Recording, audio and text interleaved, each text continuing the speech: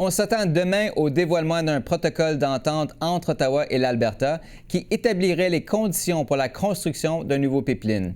Pour en discuter, je reçois Claude Guay, secrétaire parlementaire au ministre de l'Énergie et des Ressources naturelles, Éric Lefebvre, député conservateur, Patrick Bonin, porte-parole du Bloc québécois en matière d'environnement et de changement climatique, et Alexandre Boulris, porte-parole du NPD en matière d'environnement et de changement climatique. Bonsoir à vous quatre et merci d'être avec nous. Bonsoir. Monsieur Guay, je vais commencer avec vous. Hier, le premier ministre Carney a précisé que la Colombie-Britannique et les Premières Nations doivent approuver le projet avant qu'il n'avance. Rien n'indique qu'elles sont prêtes à le faire, à donner leur aval. Alors, à quoi sert cette annonce? Bien, écoutez, le premier ministre a été très clair et on a été, avec le budget qu'on a présenté, que le Canada est dans une situation géopolitique où on veut devenir une superpuissance énergétique mondiale, autant conventionnelle que l'énergie propre.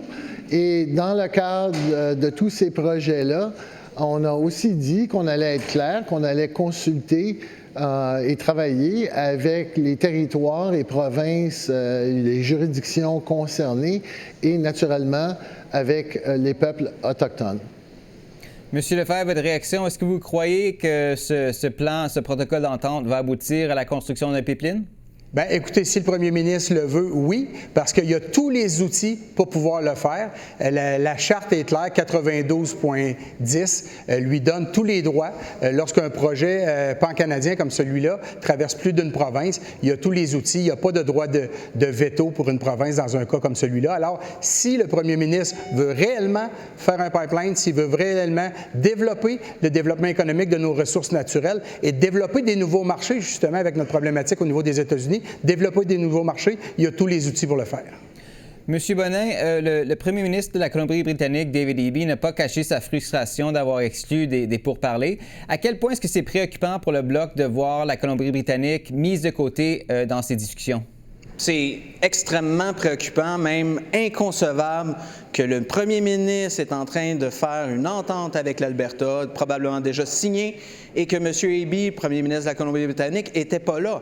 C'est une volonté non seulement de s'enfoncer davantage dans le pétrole le plus sale du monde, ou presque, d'abandonner la lutte au changement climatique, mais en plus de donner les moyens d'imposer à une province et de le faire enfoncer dans la gorge un pipeline de sable bitumineux. Donc, d'un point de vue climatique, c'est une catastrophe. Ça va sûrement demander des milliards d'argent d'investissement public comme Trans Mountain. D'un point de vue biodiversité, c'est inquiétant aussi. D'un point de vue respect des provinces, c'est inquiétant. Donc, c'est un fiasco total, ce qu'on voit actuellement. Monsieur Boulris, pour l'NPD, je me demande où le parti se pose, parce que selon un sondage léger publié le mois dernier, 72 % des Canadiens jugent que des nouveaux pipelines sont importants pour l'avenir économique du pays. 49 % appuient le projet albertain. Dans les efforts du NPD pour rebâtir le parti à l'échelle nationale, est-ce qu'on doit s'attendre à avoir une plus grande ouverture de sa part envers ce type de projet? Ben non, pas du tout, parce que déjà que les libéraux de M. Carney vont rater toute leur cible de réduction de gaz à effet de serre, c'est de plus en plus clair. Ils veulent même laisser tomber le plafond d'émissions pour le secteur pétrolier et gazier qui est le plus polluant. Et là, on envoie un signal qui est extrêmement malheureux. C'est-à-dire qu'on est prêt à s'allier avec les conservateurs de l'Alberta pour imposer un projet au mépris du gouvernement NPD de Colombie-Britannique, au mépris des Premières Nations, au mépris de la sécurité côtière de la Colombie-Britannique et au mépris de nos engagements internationaux de l'accord de Paris. Alors évidemment, pour nous, au NPD, on va s'opposer farouchement à ce genre de projet-là qui ne fait aucun sens, ni d'un point de vue climatique, ni même d'un point de vue économique.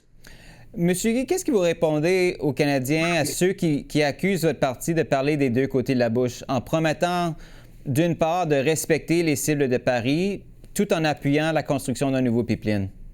Comment est-ce qu'on peut concilier ces deux objectifs?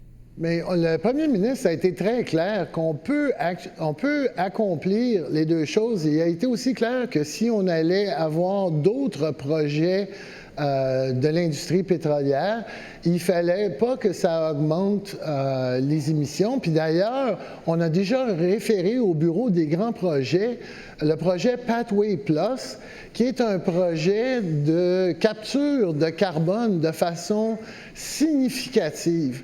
Alors, on croit fermement ici qu'on peut maintenir le cap sur nos objectifs de réduction de carbone tout en développant nos économies, autant celles conventionnelles que celles propres. Et puis, j'aimerais aussi corriger mon collègue qu'on n'a pas l'intention de payer pour un projet énergétique. Le premier ministre a été très clair qu'on allait attirer des investissements privés et que lorsque le gouvernement fédéral participera d'une façon quelconque dans un projet, ce sera un effet de levier pour des investissements privés importants et significatifs.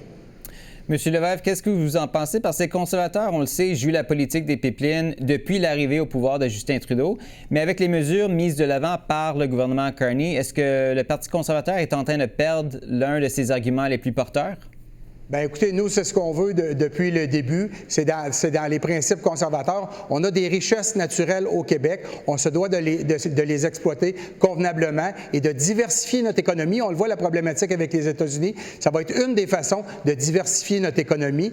M. Carney a tous les outils présentement avec la Charte, avec l'article 92.10 pour le faire. Ma question est pour mon collègue. J'aimerais savoir du côté des libéraux, est-ce que l'ensemble du caucus libéral est derrière ce projet-là? Monsieur Gay, très rapidement. Le caucus libéral est très uni et on est en arrière du premier ministre qui a une très belle rationnelle de comment concilier ces objectifs-là dont on a discuté. Alors, je peux vous dire que oui, il y a des points de vue légèrement différents. C'est très dynamique. On a un caucus diversifié, très représentatif aussi du Québec, de la Colombie-Britannique et de l'ensemble du Canada. Et je peux vous assurer qu'on a les mêmes objectifs que le premier ministre. Bien, très heureux d'entendre que l'ensemble des élus libéraux appuient ce projet-là, parce que c'est un projet majeur pour le pays. Très heureux de l'entendre. On verra bien la suite, mais M. Bonin, je vais enchaîner avec vous. Toujours selon ce sondage léger que je mentionnais, il y a quand même 44 des Québécois qui estiment que le fédéral devrait soutenir le projet albertain. C'est pas négligeable, non? Bien, quand on regarde et on demande aux Québécois et Québécoises, est-ce qu'ils sont d'accord avec à peu près dizaines de milliards par année que le gouvernement donne aux pétrolières et aux gazières? Clairement, la réponse, c'est non. Et ça, c'est de l'argent des Québécois aussi. Quand on regarde les options qui sont sur la table, bien, on a les libéraux qui utilisent la crise commerciale, la crise tarifaire pour avancer un agenda pétrolier. Non seulement dans le dernier budget, ils ont rallongé et ajouté des subventions, encore des milliards pour l'industrie pétrolière et gazière, mais pendant ce temps-là, les solutions, les alternatives, que ce soit le transport collectif, par exemple, que ce soit l'électrification en général, c'est mis au ralenti, voire c'est à reculons du côté des libéraux.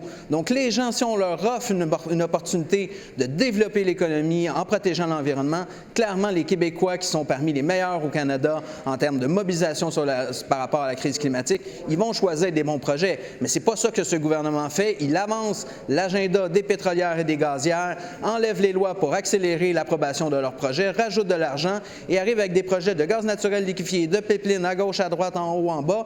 C'est ça l'agenda et c'est inquiétant parce que c'est une augmentation de la production de pétrole et de gaz parmi les plus sales au monde, que ce soit les sables bitumineux, que ce soit le gaz naturel produit par fracturation. C'est ça aussi qui vient avec un pipeline. Et moi, je remets en question l'idée que le gouvernement ne mettrait pas de l'argent parce qu'ils mettent déjà des milliards pour les entreprises pétrolières et gazières et je suis certain qu'ils vont répondre encore présent s'il y a des projets qui vont de l'avant. Je pense que M. Bonin oublie les crédits qui vont s'appliquer à Hydro-Québec qui représentent plusieurs milliards de dollars pour la production d'énergie propre.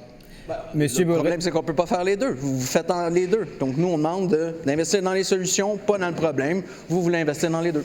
Monsieur Boulris, il nous reste seulement une minute, alors je vais terminer avec vous.